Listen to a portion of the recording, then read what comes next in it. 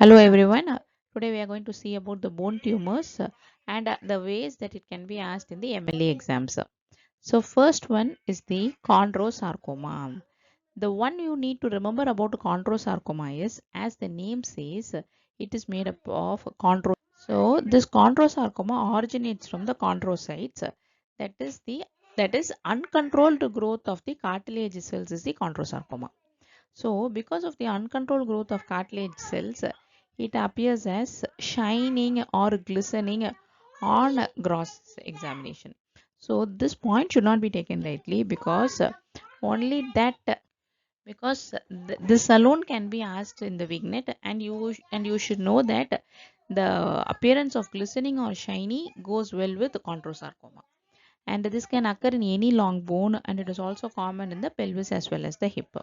Here you should know that about the key histology is that the neoplastic chondrocytes are embedded in or filling in the lacuna. This is one of the most common picture.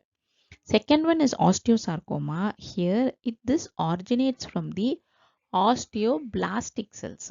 Fine. So sometimes they will also give you like a tumor which is where there is new woven bone, or where there is proliferation of osteoblasts, something like that. So here there are three common presentations and two X-ray findings. The common presentation is that it can occur idiopathic in males aged 10 to 30, or it can be associated with the retinoblastoma gene.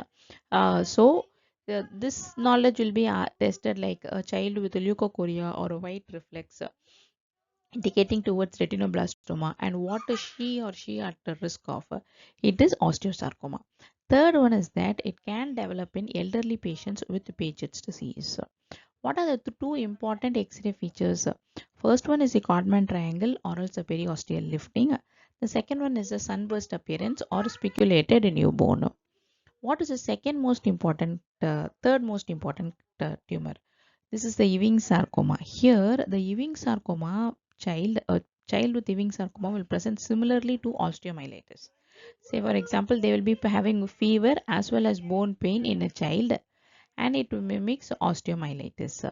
Here, the bone scan, when you see, it will show uptake in the diaphysis uh, in Ewing sarcoma, but uptake in the metastasis will happen in osteomyelitis. Histology can also be asked. Small blue cells of neuroendocrine origin with onion shining appearance, skinning appearance. Sometimes, given all this, they can even ask you for genetic translocation, which is translocation 1122. But DiGeorge is 22 bar 11, which you should not confuse. What about the benign bone tumors? There is something known as osteoid osteoma, where it is originating from the osteoid bones, and that's what it originates from that nidus. So, and that nidus per se will be releasing prostaglandins. In this tumor, or the tumor where the answer, or the vignette where the answer is osteoid osteoma, they will tell you that the pain is relieved with NSAIDs.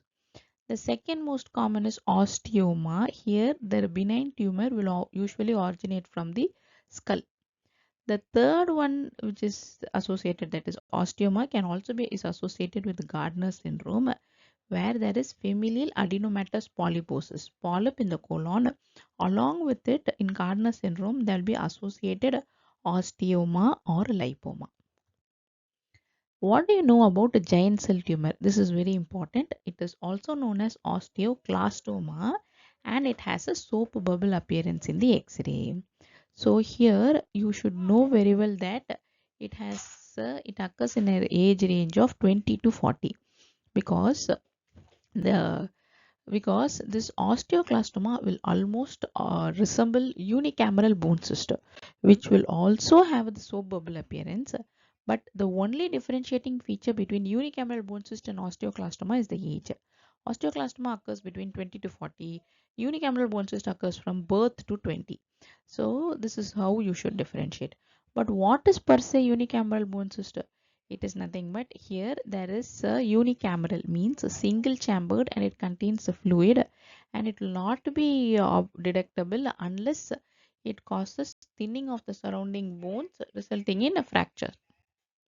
We come to the end of the bone tumor, which is metastatic bone disease.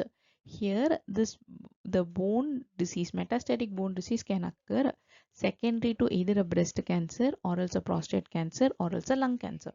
Here, they will present with lytic lesions of the vertebra or with neurologic symptoms like cauda equina syndrome.